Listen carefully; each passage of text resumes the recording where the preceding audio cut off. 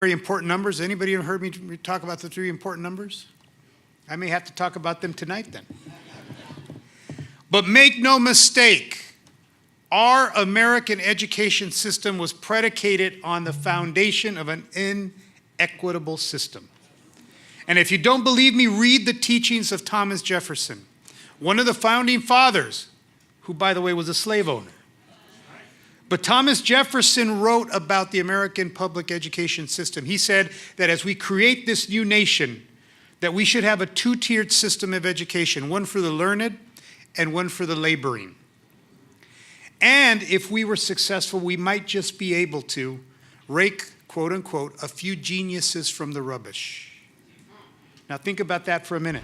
Peace, brothers and sisters. I'm Half Pint, the producer of the Classroom Hip Hop 101 with Dr. Blizzy. We're on location at BMCC for a conference called Gathering of the Black Educators. And this segment is called Recess. Here we'll be talking with educators to discuss their expectations for this conference. Shall we? What is your expectation for this workshop? I'm not exactly sure. Just to be around a lot of people who look like me and to see what they're doing. And you? I'd say the same. Things like this don't happen very often, so it's nice to be here to get the energy and to have the, I guess you could say, just be invigorated to go back into work the next day. My expectation is just to congregate with some fellow educators and hear some informative ideas and be inspired to go on and do more work. So here I am with a bunch of sisters, and we're going to talk about their expectations for this conference. My expectation actually is to leave informed and also to leave empowered and have a new outlook on what I will be doing in my community and with the students that I teach every day. To get informed and definitely be empowered and network and meet other educators. This is my first conference, but I want to learn as much as possible and just like my friends, be empowered. It's for us to gather, to network, to get in positions where we can make a difference in the lives of children. Not to get into a position where we become comfortable with the salary increase, and then that sort of changes the way we make decisions, because we want to be careful about making decisions that won't hurt us versus helping our children. Now we can galvanize enough and mobilize Black people and our educators to bring together educators and legislators and companies to move the needle. Are we going to continue to perpetuate these inequities?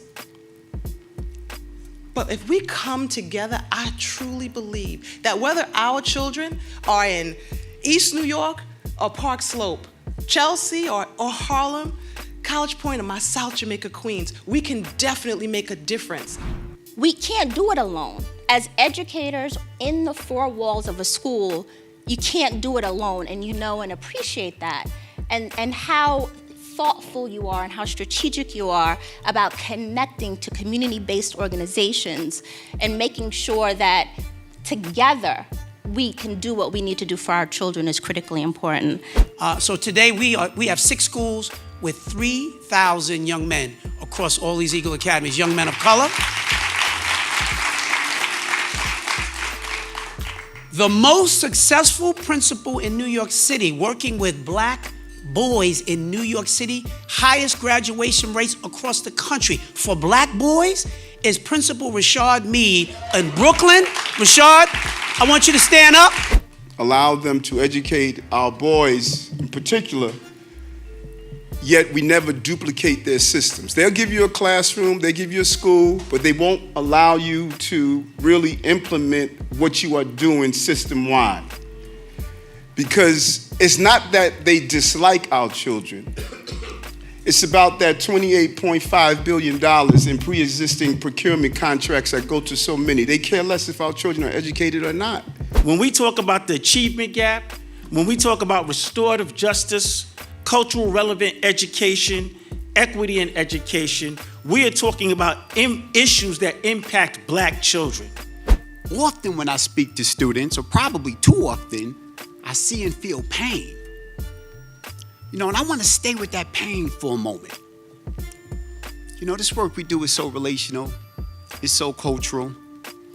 You know, sometimes I think school staff fail to connect with the community because they don't have time for the pain.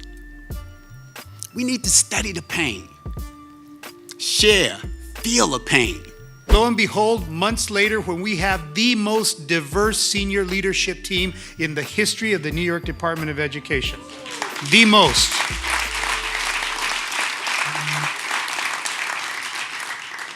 Let me keep it real. Here's the beauty and here's the challenge. Because while we celebrate that diversity and we encourage that diversity, and quite frankly, it's not because I hired black educators or I hired Latino or I hired Chinese. It's because I hired the best. I don't know about you, but I came out rejuvenated, reinvigorated, and ready to work. Let's see what the other attendees thought. How do you feel coming out of that conference? I feel good.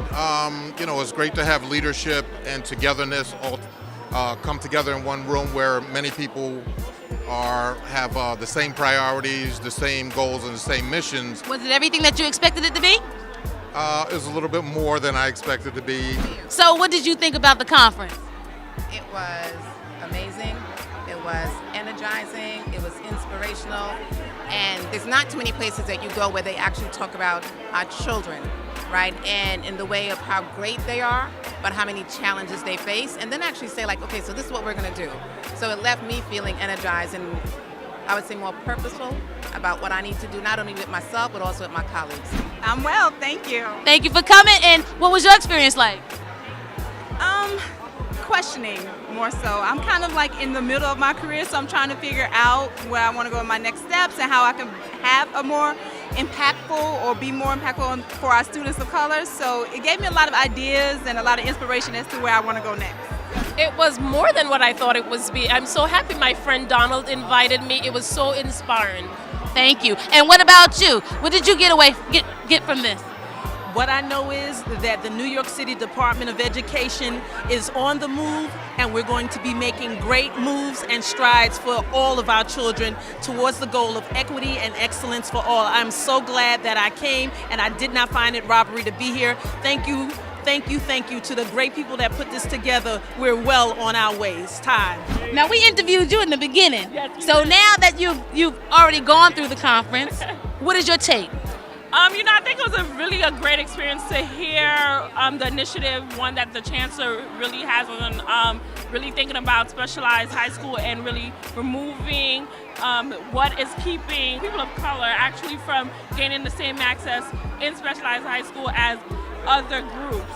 Another thing is I love the fact that it created a space for other educators, no matter where you are in the education ladder, to be able to communicate with other different people. So I think it was a great experience, and I would come again. Was it everything that you expected it to be? It was more than what I expected it to be. To be quite honest with you, I came here a little bit anxious because I wasn't sure exactly what I would be seeing in terms of who was going to be here. But I had no clue that we had this many black leaders in our community. And what's your takeaway from this? My takeaway is, I feel inspired. I can't wait to see what happens in terms of the movement with the Chancellor's team and the people he has with him. And I'm hoping that, that I can grow and be a part of this. A lot of people have put in a lot of time and years, and they put in a lot of work. I'm from Harlem, born, raised in Harlem, and I'm hoping that I've met a lot of people here who from my community who seem to have the same agenda in mind, and I'm hoping that I can be a part of that. This is the Classroom Hip Hop 101 with Dr. Blizzy. This is the Classroom Hip Hop 101 with Dr. Blizzy. Thank you. There we go. And recess is out. Peace. The Jeffersonian model. Let's just think about that. Who are the children in our system that are the most privileged? Who are the children in our system who are achieving at the highest levels? Who are the children in our system?